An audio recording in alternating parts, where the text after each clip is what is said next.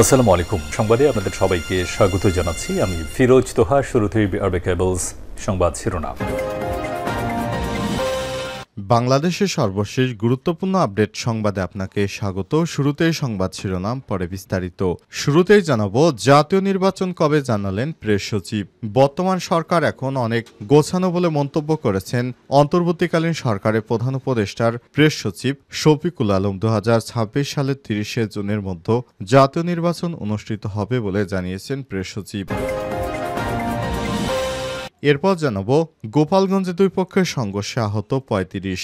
গোপালগঞ্জের মুকসুদপুরে পূর্ব শত্রুতার জেরে জমির আইল দিয়ে হাঁটাকে কেন্দ্র করে দুই পক্ষের মধ্যে ব্যাপক সংঘর্ষে অন্তত 35 জন আহত হয়েছে। এ সময় 8টি বাড়ি ভাঙচুর এবং লুটপাট করা হয়েছে। আজ 2 এপ্রিল মুকসুদপুর উপজেলার গোবিন্দপুর ইউনিয়নের ফকিরহাট খোলা গ্রামে এই সংঘর্ষের ঘটনা ঘটে। এদিকে ছাত্র জনতার মিছিলে হামলার মামলায় আসামি কারাগারে মৃত্যু। কিশোরগঞ্জ জেলা কারাগারে বন্দী অবস্থায় অসুস্থ হয়ে বৈষম্যবিরোধী ছাত্র জনতার মিছিলে হামলার মামলায় সুজিত চন্দ্র দে 40 নামে এক হাজতির মৃত্যু হয়েছে। এবারে জানাবো, জুলাই আগস্টে গণহত্যা শেখ হাসিনার মামলার খসড়া তদন্ত রিপোর্ট প্রসিকিউশনের হাতে। জুলাই আগস্টে গণহত্যার ঘটনায় শেখ হাসিনার মামলার খসড়া তদন্ত রিপোর্ট আন্তর্জাতিক অপরাধ ট্রাইব্যুনাল প্রসিকিউশনের হাতে এসছে বুধবার 2 এপ্রিল। বিষয়টি চ্যানেল 24-কে নিশ্চিত করেছেন আন্তর্জাতিক অপরাধ ট্রাইব্যুনালের চিফ প্রসিকিউটর তাজুল ইসলাম। এদিকে প্রথমবারের মতো বৈঠকে বসছেন ড. মোহাম্মদ ইউনূস এবং নরেন্দ্র মোদী। ভারতের প্রধানমন্ত্রী নরেন্দ্র মোদীর সঙ্গে বৈঠক করবেন বাংলাদেশের প্রধান উপদেষ্টা ড.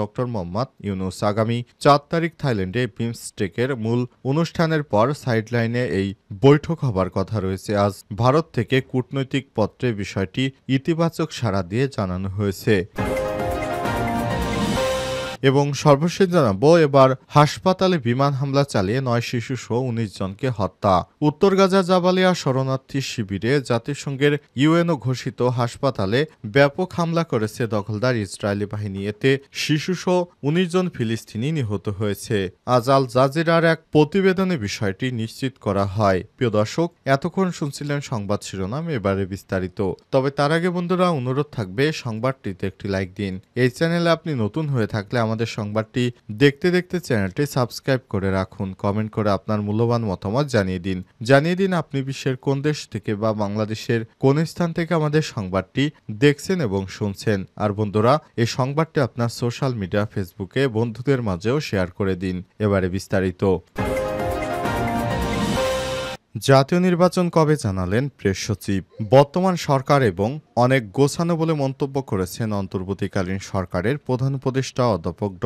মোহাম্মদ ইউনূসের প্রেস সচিব শফিকুল আলম। 2026 সালের 30শে জুনের মধ্যে জাতীয় নির্বাচন অনুষ্ঠিত হবে বলে জানিয়েছেন তিনি। পবিত্র ঈদ উল ফিতর উপলক্ষে একটি বেসরকারি টেলিভিশনে ঈদ অনুষ্ঠানে সব কথা বলেছেন তিনি। ওই অনুষ্ঠানে শফিকুল আলম বলেছেন, বর্তমান সরকার এখন অনেক গোছানো। আইন শৃঙ্খলা পরিস্থিতি নিয়ে সবাই একটা উদ্বিগ্ন ছিল, সেই পরিস্থিতি উন্নতি হচ্ছে।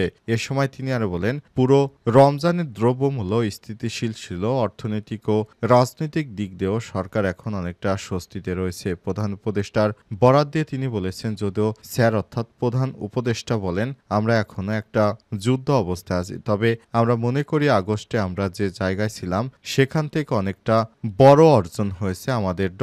ইউনূস সম্পর্কে প্রেস সচিব বলেছেন, পুরো পৃথিবীতে তো তিনি সেলিব্রিটি, এটা আমি আরও জানতে পেরেছি এই গত 7.5 মাসে। তাকে বাইরের যে মর্যাদার সঙ্গে ট্রিট করা হয় সেটি অবিশ্বাস্য। উদাহরণ হিসেবে তিনি বলেন, ডাভোসে আমরা গিয়েছি, ওইখানে গিয়ে আমরা জাস্ট ঢুকছি, ওইখানে সময় খবর আসছে যে তার অর্থাৎ ড.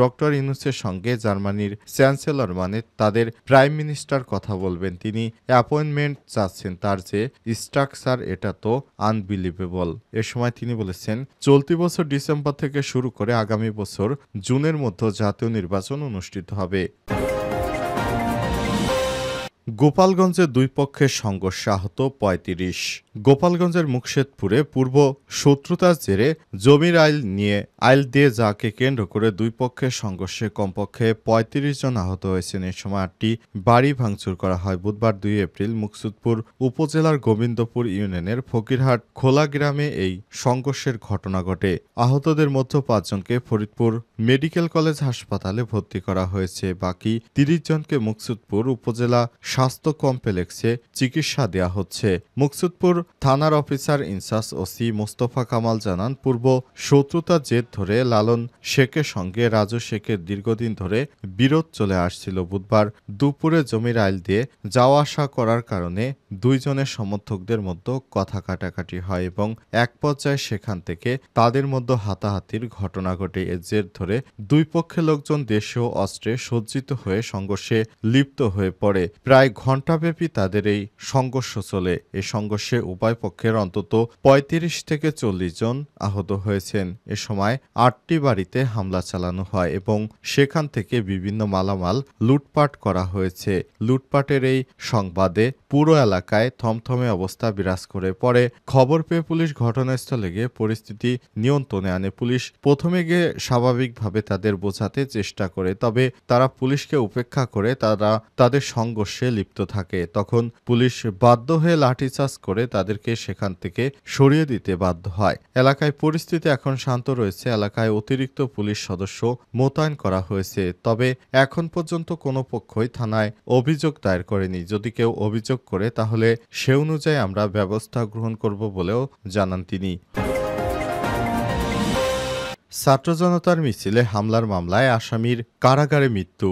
কিশোরগঞ্জ জেলার কারাগারে বন্দী অবস্থায় অসুস্থ হয়ে বৈষম্যবিরোধী ছাত্র জনতার মিছিলে হামলা মামলার সুজিত চন্দ্র দে ৪০ নামে এক হাজতির মৃত্যু হয়েছে। মঙ্গলবার ১ এপ্রিল দিবাগত রাত ২টা ৪০ কিশোরগঞ্জের শহীদ সৈয়দ নজরুল ইসলাম মেডিকেল কলেজ হাসপাতালে চিকিৎসাধীন অবস্থায় তার মৃত্যু হয়। নিহত সুজিত চন্দ্র দে মিঠামইন উপজেলার ঢাকি ইউনিয়নের ঠাকুরহাটি গ্রামের মৃত বদির চন্দ্র দের ছেলে। জানা গেছে, বৈষম্যবিরোধী ছাত্র জনতার মিছিলে হামলার অভিযোগে মিঠামইন থানায় দায়ের করা মামলার আসামি হিসেবে গত ১৮ ফেব্রুয়ারি তাকে আটক করে আদালতের মাধ্যমে কারাগারে পাঠানো হয়। তিনি স্থানীয় আওয়ামী লীগ নেতা বলে জানা গেছে। কিশোরগঞ্জ জেলার কারাগারে জেল সুপার রিতেশ চাকমা বিষয়টি নিশ্চিত করে জানান, মঙ্গলবার দিবাগত রাত ১টা ৪০ হঠাৎ বুকের ব্যথা অনুভব করেন হাজতি সুজিত চন্দ্র দেব। পরে সঙ্গে সঙ্গে তাকে কারাগারের অ্যাম্বুলেন্সে করে শহীদ সৈয়দ নজরুল ইসলাম মেডিকেল কলেজ হাসপাতালে পাঠানো হয়। সেখানে চিকিৎসাধীন অবস্থায় রাত ২টার দিকে তার মৃত্যু হয়েছে। জুলাই আগস্টে গণহত্যা শেখ হাসিনার মামলার খসড়া তদন্ত রিপোর্ট প্রসিকিউশনের হাতে। জুলাই আগস্টের গণহত্যার ঘটনায় শেখ হাসিনার মামলার খসড়া তদন্ত রিপোর্ট আন্তর্জাতিক অপরাধ ট্রাইব্যুনালের প্রসিকিউশনের হাতে এসেছে। বুধবার ২ এপ্রিল বিষয়টি চ্যানেল 24-কে নিশ্চিত করেছেন আন্তর্জাতিক অপরাধ ট্রাইব্যুনালের চিফ প্রসিকিউটর তাজুল ইসলাম। তিনি বলেছেন, একাধিকবার অপরাধ প্রমাণের তথ্যে প্রমাণ মিলেছে খসড়া তদন্ত রিপোর্টে, যার পাওয়ার কোনো সুযোগ নেই। এর আগে গত ২৭ March chief prosecutor Tajul Islam জানান, ৫ই আগস্টে রাজধানী চানখারপুলে ৫ জনকে গুলি করে হত্যার ঘটনায় মানবতা বিরোধী অপরাধের মামলায় তদন্ত প্রতিবেদন খসড়া প্রসিকিউশনের হাতে এসছে। এই প্রতিবেদনে ঈদের পর ট্রাইব্যুনালের দাখিল করা হবে। তার আগে গত ২ অক্টোবর বৈষম্য বিরোধী ছাত্র আন্দোলনে ৫ই আগস্ট রাজধানীর চানখারপুলে গণহত্যা ও আর্মড পুলিশ ব্যাটালিয়নের গুলিতে ১০ম শ্রেণীর ছাত্র আনাস হত্যার ঘটনায় সাবেক প্রধানমন্ত্রী শেখ হাসিনা সহ ২৫ জনের নামে আন্তর্জাতিক অপরাধ ট্রাইব্যুনালে অভিযোগ করা হয়েছে।